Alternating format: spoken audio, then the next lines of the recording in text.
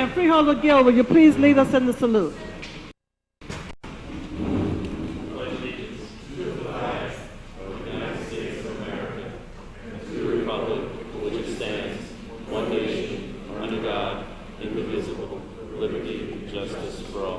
Remain standing for a moment of silence.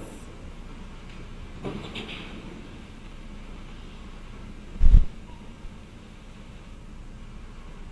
you.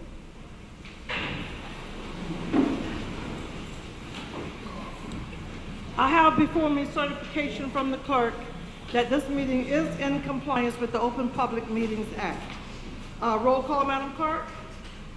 Freeholder Beasley, absent. Freeholder Bobadilla. Here. Freeholder Clark, absent. Freeholder Gill. Here. Freeholder Johnson. Here. Freeholder Luciano. Here. Freeholder Owens.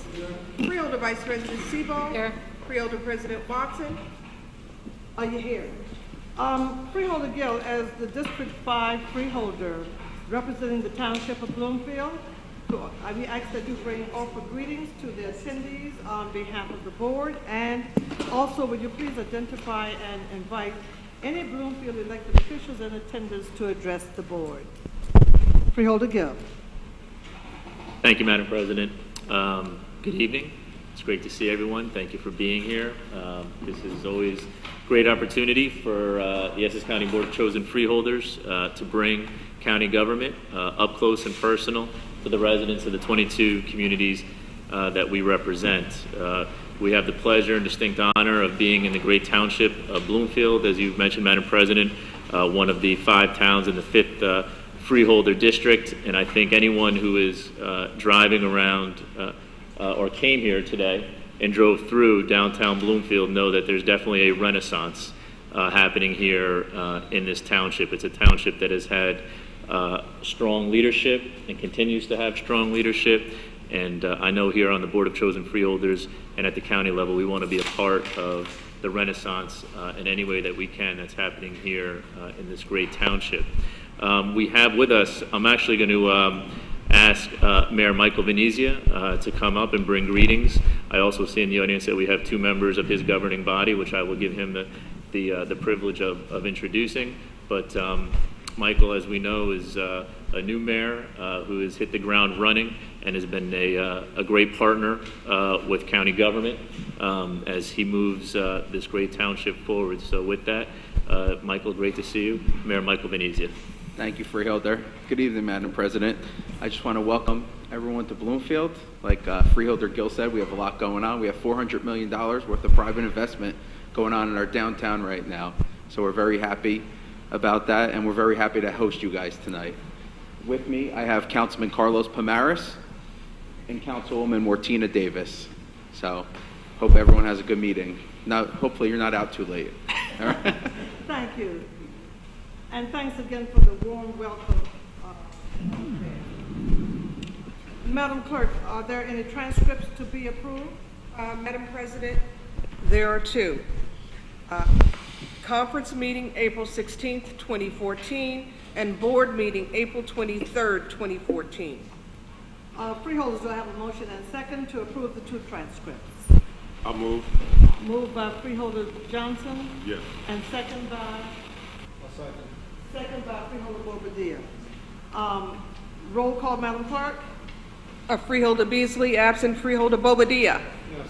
Freeholder Clark, absent. Freeholder Gill. Yes. Freeholder Johnson. Yes. Freeholder Luciano. Yes. Freeholder Owens. Yes. Freeholder Vice President Sebo. Yes. Freeholder President Watson. Yes. So moved.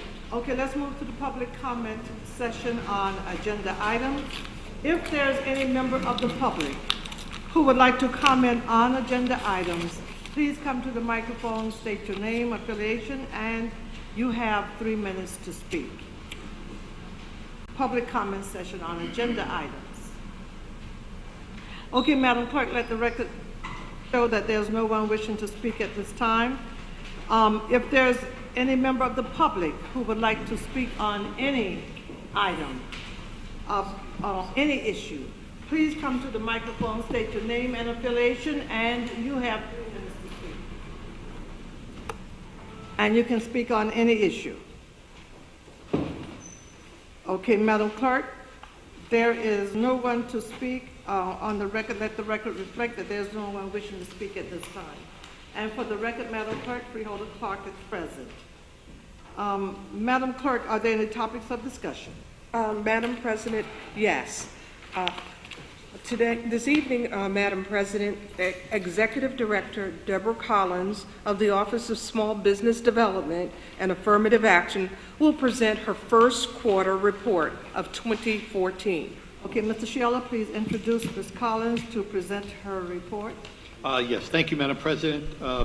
Ms. Collins held her committee meeting earlier in the week with the Affirmative Action Committee, and she's prepared to present her entire report to the entire board, and this is our first quarterly report given by Ms. Collins. I'll step away and ask Ms. Collins to step forward. Okay, welcome, Ms. Collins. Please proceed.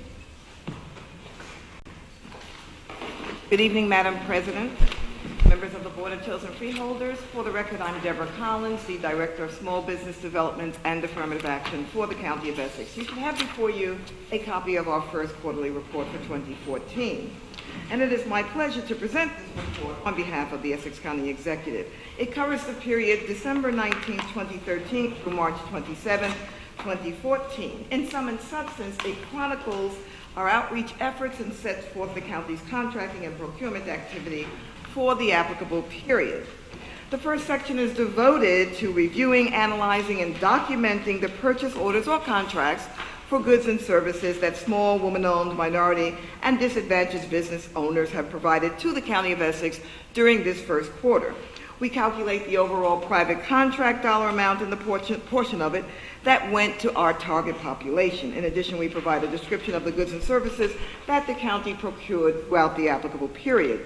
The second section of the report covers major public works and subcontracting activity for which the federal government or the county has established aspirational participation goals for women and minority-owned businesses. The remaining sections of the report chronicle our outreach efforts through programming tailored to meet the needs of startups as well as established businesses. So without further ado, I direct your attention to page 2 for overall monetary achievements. This quarter, the county spent $79,622,680.17 in private contract dollars. Small, women-owned, and minority businesses received $38,204,519.18, or 47.98% of the total spend. However, it does bear mentioning that these results include a one-time lump sum payment to Aetna Life Insurance Company for employing and eligible retiree health benefits in the amount of $21,349,590.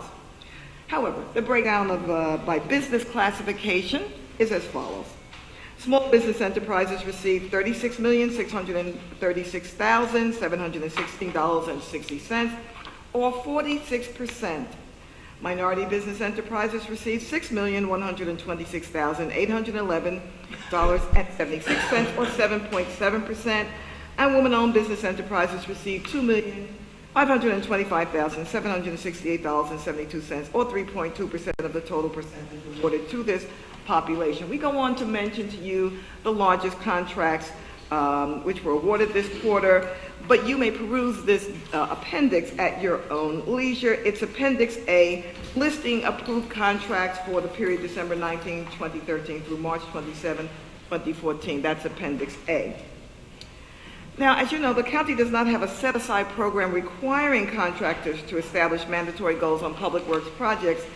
However, parks and public works projects. However, in the fourth quarter last year, the county awarded a contract in the amount of $7,553,000 to Bismarck Construction, a minority business enterprise, to construct the education center at Turtleback Zoo. As of this writing, we've calculated a 8.2% participation rate of women-owned and minority businesses on this project. Specifically, $624,800 has been awarded to these two classifications. And at Appendix B, you will find a chart listing subcontracting activity on the Education Center construction project at Turtleback Zoo. Let's see, we further noted in our annual report, so I'll not go over it in great and gory detail, that the county awarded a contract in the amount of $8,329,000 to Brockwell and Carrington contractors to construct a new public works building. To date, the total percentage of minority and women-owned subcontracting participation on this project is 3.8%. I mentioned a little bit while ago that the county awarded a contract in the amount of $25,915,389.50 to New Prince Concrete Construction Company Incorporated. It's a small business enterprise that's going to perform the traffic operations and roadway improvements on the so-called S-curve project.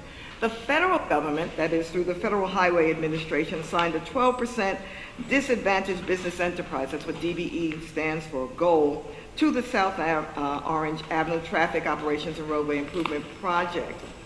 Although the goal established by the federal government was 12%, to date, we understand from our public works colleagues that the actual participation rate is 18.4%. Among the DBE, or Disadvantaged Business Enterprise subcontractors, MD Contracting received the largest contract award in the amount of $2,636,930. If you look at Appendix D, you will find a subcontractor log, which we received from Public Works, going through the current activity for the two categories of minority business enterprises and women-owned business enterprises. In connection with the S-curve project, the county also awarded a contract in the amount of $3,634,155 to KS Engineers, a minority business enterprise. It's also classified as a small business enterprise to provide engineering inspection services. We go on to talk about additional accomplishments this quarter. We capped off our participation on the 2014 New York, New Jersey Super Bowl Host Committee Business Connect Board with two small business-related activities, including a celebratory event on January 29th it was a leadership forum featuring regional and nationally renowned brand leaders. But since the publication of our annual report in 2013, we have learned that another small business owner, a minority business owner based in South Orange, received a contract in connection with the Super Bowl as well. That's Eclectic Catering, owned by Carol Thompson. You're familiar with Carol Thompson. She's actually done work for this board. She actually mentioned to me that she had provided several thousand crab cakes for a party in connection with the Super Bowl. So we were happy to learn that yet another Essex County-based business received a contract through the Super Bowl. At page 5, I talk a little bit about the technological progress that we've made. We launched our very first e-newsletter with a reach of over 1,131 subscribers. These are individuals who are already in the database that our office maintains. We plan to launch a hard copy of the publication to extend our reach beyond the business owners who are registered with the county. We continue to initiate outreach to individuals, groups, and organizations in order to expand our network of minority business owners, and we've done so not only through our work on the Super Bowl Business Advisory Connect Board, but in connection with some of the other entities throughout the county. In the area of providing technical assistance to help business owners gain necessary certifications, financing, and bonding, we continue to offer this level of support, that is access to capital and bonding, to business owners. In fact, on March 27th, we offered an introduction to estimating led by Cindy Malinchak. Cindy actually is the owner of environmentally based Green Building LLC, a WBE certified firm. You may recall that she was a former participant in the Essex County Bonding Readiness Program, and she's grown her business as a result of it. Her workshop explored the elements of putting together a winning estimate, focusing on the use of construction industry tools and software. We forged a new relationship with Santander Merchant Services, a First Data alliance devoted to creating credit card processing programs that accommodate the needs of small businesses. In fact, they actually led one of the seminars that constituted the financial services program that we ran this quarter. We're still looking into the feasibility of partnering with a Newark-based organization called Forward Ever Sustainable Business Alliance, and we'll report more about this in subsequent quarters. Last but not least, we established a relationship with the Federal Reserve Board. We actually had already been in contact with them, but we built on that relationship in connection with an initiative focused on surveying the small business community in the region to assess their financing needs. And the survey's findings indicated uneven cash flow, accessing loans, and applying for credit. And in fact, this is what led to, or really was the impetus for our launching a financial literacy program, and we were very, very pleased that we were able to engage in dialogue with Dr. Bob Lee, who hosts a radio program in WBLS and WLIB, so we were able to get some traction that way. But before I end, I do want to mention something that I stated last night to freeholders Johnson and Owen at our Affirmative Action Subcommittee meeting, and that is the financial literacy program is absolutely critical for all of our businesses. And we anticipate hosting it again next year, and we certainly would welcome you to refer to us, any business owners who actually need this help. It's my opinion that they all need this kind of preparation in order to increase capacity. That said, it's been a very productive first quarter, and we look forward to building upon new initiatives as we continue putting Essex County first. This constitutes our report. I look forward to taking any of your questions. Thank you. Thank you, Ms. Collins. And before I ask the board for questions, I would like, it's my understanding that Freeholder Beasley could not attend the meeting, and Freeholder Johnson chaired the meeting. So Freeholder Johnson, would you like to add in any comments to Ms. Collins' report? Yes, through you, Madam President. As of the things that she has discussed during the course of her presentation, we also were talking about how we can get more of our small businesses in our corridors and things involved and engaged in the process. And Mrs. Collins has volunteered herself to go out into the vineyards with us again, as we did a couple of years back, and we're starting to try to develop some of the business corridors in some of our urban cities that really need the help and need to flourish. Because as you know, when you drive through the South Orange Avenues, through the Chancellor Avenues, the Lyons Avenues, and things of that nature, you see that even during the daylight hours, a lot of the grades are down, and there's no businesses going on in these. And I think to stimulate the economy and to stimulate more jobs and things of that nature we have to do more with what we have. So to add on to what she was saying, I think that the report was very well. I think that there's some progress, but as you know, some is not enough. We need to reach higher. And I think that we're on our way to getting there, because most of you who have been on the Freeholder Board from the very beginning know where we came from. I came in 2008, and I've seen the progress from 2008 to now, and I can imagine by 2028 what it would be like if we keep moving in the same direction that we are. Thank you, Freeholder Johnson. Freeholder, do you have any questions or comments? Freeholder Vice President Sebo. Thank you very much. Deborah Collins, you do such a wonderful job. Your quarterly report is excellent, and it keeps us informed. I remember when we didn't even have a small development, business development and affirmative action committee, and I think we've come a really long way here in Essex County and in the state of New Jersey, and I would say that that's really because of all the wonderful work you're doing. And I might just add that recently, the Freeholder President, Blondie Watson, and I attended a, do you want to call it a Digital workshop? marketing, yes. What was it called? Digital marketing. A digital marketing meeting, a seminar at McClune's, which was so well attended. There were so many people there, and it was really very, very interesting. And it really made me feel proud that you are doing so much for Essex County. I felt really good about it, so thank you so much. Thank you, Freeholder Sebo, and we thank you for your continuing support. It's wonderful to look up and see Madam President and you in attendance. It really, I think, encourages our business owners, and they never fail to remark upon your commitment to this initiative. So we thank you for your continued support. They were wonderful. Okay, additional questions, Freeholder? Freeholder Clark? I just have one question.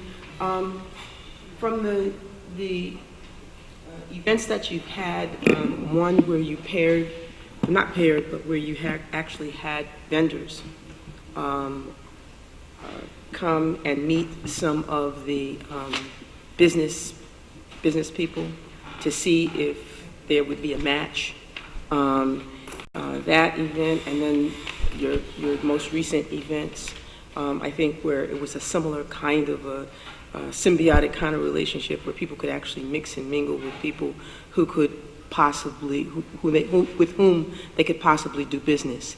What was the outcome, as far as you know? Were there any connects made as a result of those events? Has anybody actually gotten contracts as a result of that? I can get those figures for you. People do get contracts as a result of it, but they're not necessarily with the county or the municipalities. For example, Brockwell and Carrington, that's working on the Public Works building, reached out to us and said, provide us with a list. We're always looking for subcontractors, not necessarily for the DPW building, but for other work that we're doing in the state of New Jersey. So we don't have those. I'd be happy to try to collect what we can for you. If you could find that out, because I always like to know what comes of the events, because the events are nicely done. They're well attended. They're classy events. The food is always tremendous. But at the end of the day, what you want to see is whether or not that connection was actually made and someone actually got a contract as a result of it. So if you could provide that information for us, I'd appreciate it. Thank you. My pleasure. Just let me make a few comments in my attendance of all the workshops that I've attended. It appears to me that the vendors come for more than just getting a contract. The last meeting, I think we talked about how they could sell their business, ways to get the word out, ways to let other people know exactly, find out about their business. And I think that digital workshop was excellent because that's what everybody's doing. Now everybody's on Twitter and Facebook, and that workshop sort of like prepared them on how to put their information on Twitter, or how to sell their business through some of the other type of digital, digital areas that they can make their businesses be heard and seen and share it with other individuals. And also, I mean, the financial workshops, excellent, because I might can get a contract, but I may not know how to deal with the finances of my business. So I just want to, my explanation and my way of, when I attend the workshops, I see more than just them coming to get a contract.